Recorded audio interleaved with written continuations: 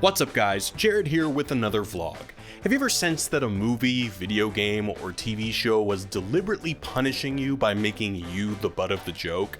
Has it ever felt like an artist's work amounted to a big old loogie in your face? And have you ever actually enjoyed it?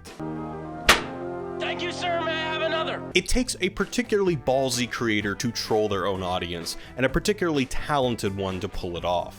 Whether it's the Coen brothers robbing us of a satisfying ending, or South Park's Trey Parker making us sit through a Halloween special that he knew only he would like. Did everyone enjoy the Halloween special? No, Randy. Only you did. Oh, well, that was pretty much my target audience anyway. There seems to be a certain kind of creator who derives joy from trolling their audience, sometimes just for the lulz, and sometimes to make a profound point. I've always been pretty captivated by the sheer gall it takes to purposely disappoint your viewers, but there's one particular example of trolling in film that's so audacious, so legendary, so utterly fascinating that it left me with my mouth agape after I saw it, and I thought it deserved a closer look. So join me in this Wisecrack vlog as I detail my pick for the greatest troll in cinema history. And as always, spoilers ahead. Before we can discuss what constitutes a truly excellent troll, we first need to establish what does it even mean to troll your audience. In this context, trolling broadly means deliberately angering someone to get a reaction from them. For the purposes of this video, I'm using the word to refer to that experience when a piece of media builds a certain understanding between creator and audience, only to aggressively undercut that understanding with full knowledge that doing so will upset the viewer. For example, consider the legendary release of Metal Gear Solid 2. For years, fans were teased with images that implied we'd be playing as the franchise's beloved hero. Turns out, an hour into the game, Solid Snake f***s off and you have to play the rest of the game as some rando. But all the world's media trolling seems utterly banal when compared to that of the 1999 Japanese film Dead or Alive, directed by Takashi Miike. If you haven't seen it, no worries, I'll fill in the details. Now, Takashi Miike is, in my opinion, something of an eccentric genius. He makes multiple movies a year, sometimes as many as 5, while straddling vastly different genres and tones. He's made everything from ninja action movies, to fantasy dramas, to surreal gangster flicks, to kids movies, to some of the most uncategorizable, inexplicably bizarre shit you've ever seen. He's always pushing boundaries and refuses to let anything get in the way of him making an exciting movie, even the script, which he has been known to elaborate on substantially. So how exactly does Miike troll his audience? For context, here's a brief recap of Dead or Alive. The film depicts two tortured souls caught in the midst of a power dispute between the Triads and the Yakuza in Japan's Shinjuku district. Our protagonists are Jojima and Ryuichi. Jojima is a policeman who is forced to do business with criminals in order to fund an emergency medical procedure for his daughter. Ryuichi, born to Japanese parents in China, is a hitman who uses blood money to send his little brother Toji to an American college. But despite their sacrifices, Jojima and Ryuichi can't seem to hold their families together. Despite Ryuichi's efforts to keep him from a life of violence, Toji is tragically killed in a gunfight. Similarly, Jojima's efforts end poorly. Even after he acquires the money for the procedure, his family dynamic remains strained. Their tragic fates collide when Ryuichi discovers that Jojima is thwarting his plans to take over drug shipments from Taiwan. Ryuichi then kills Jojima's entire family. The movie ends with a familiar gangster film scenario, a standoff between two men with nothing to lose. How will this tragic cycle of violence end for these two bereaved family men? Glad you asked. Jojima pulls a bazooka out of his back, and Ryuichi pulls a glowing orb out of his chest. The two projectiles collide and the earth explodes. The end. What just happened?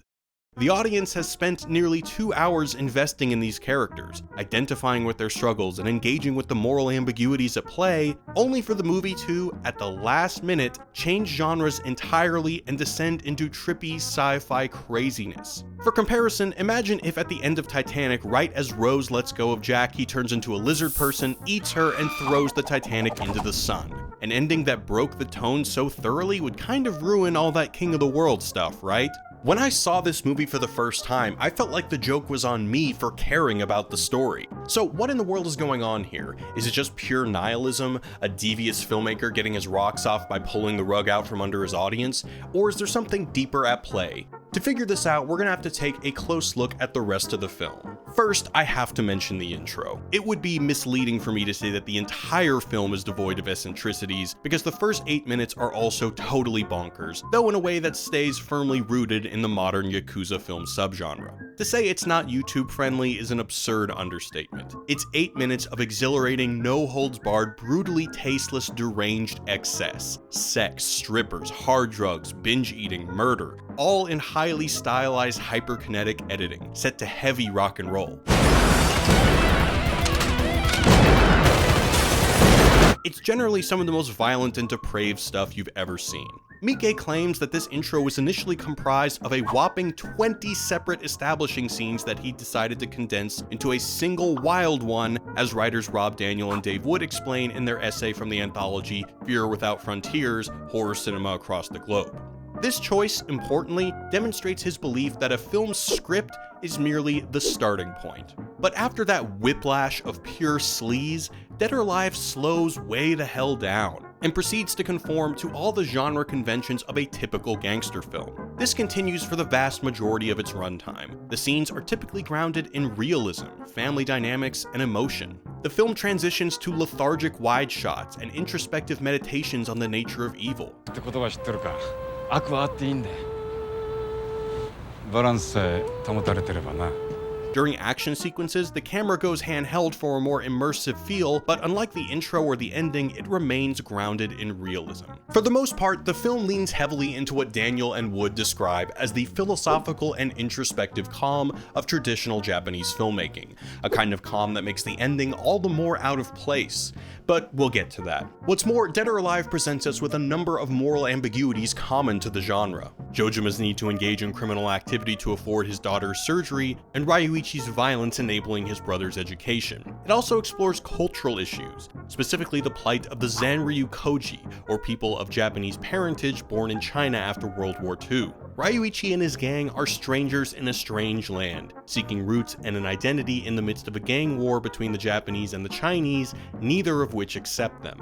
But despite all this effective, if standard, Yakuza movie fare, every once in a while, for very brief moments, the film breaks genre conventions and goes a little haywire, and it's in those moments that could clue us into what the ending may signify. Periodically, we'll witness scenes dramatized in a bland, traditional manner, perhaps even redundantly so, only to spontaneously erupt into hyperviolence.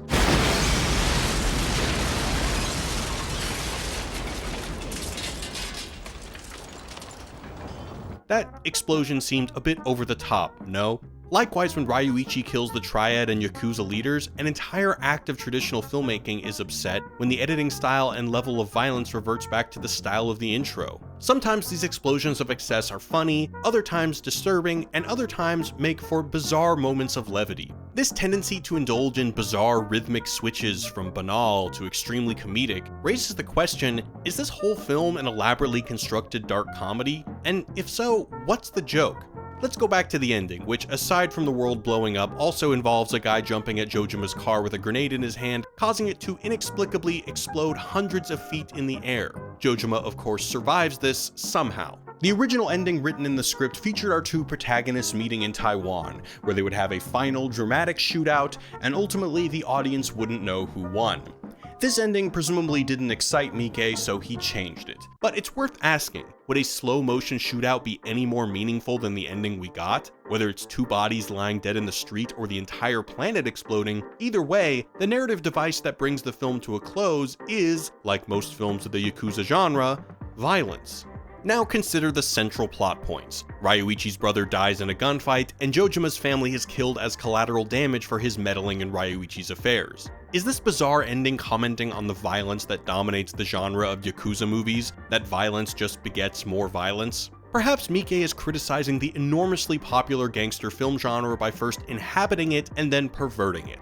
It takes the supposition that violence is in itself a meaningful way to end a movie and draws it out to its logical conclusion, that such violent ways of life have potentially negative implications on the whole world. Of course, it'd be remiss of me not to mention how absolutely hilarious this moment is after the initial shock wears off, as if the film is making fun of the ambiguous everybody dies conclusion by intensifying it to an utterly insane degree. Now, it's worth noting that Miike has made a number of Yakuza films, not all of which have this arguably critical edge, so it's also possible that this improvised ending is more a result of boredom with the genre than disdain for it.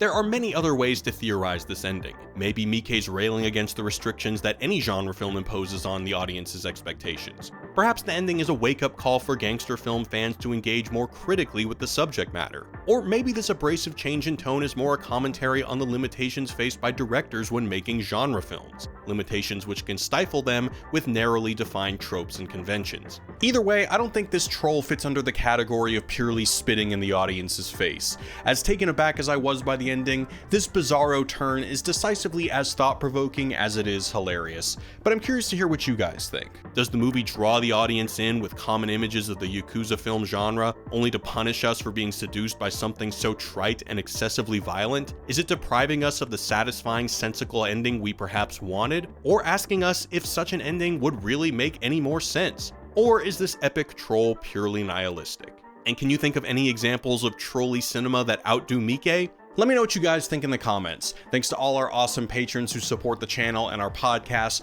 Don't forget to smash that subscribe button, and I'll see you next time, guys. Peace.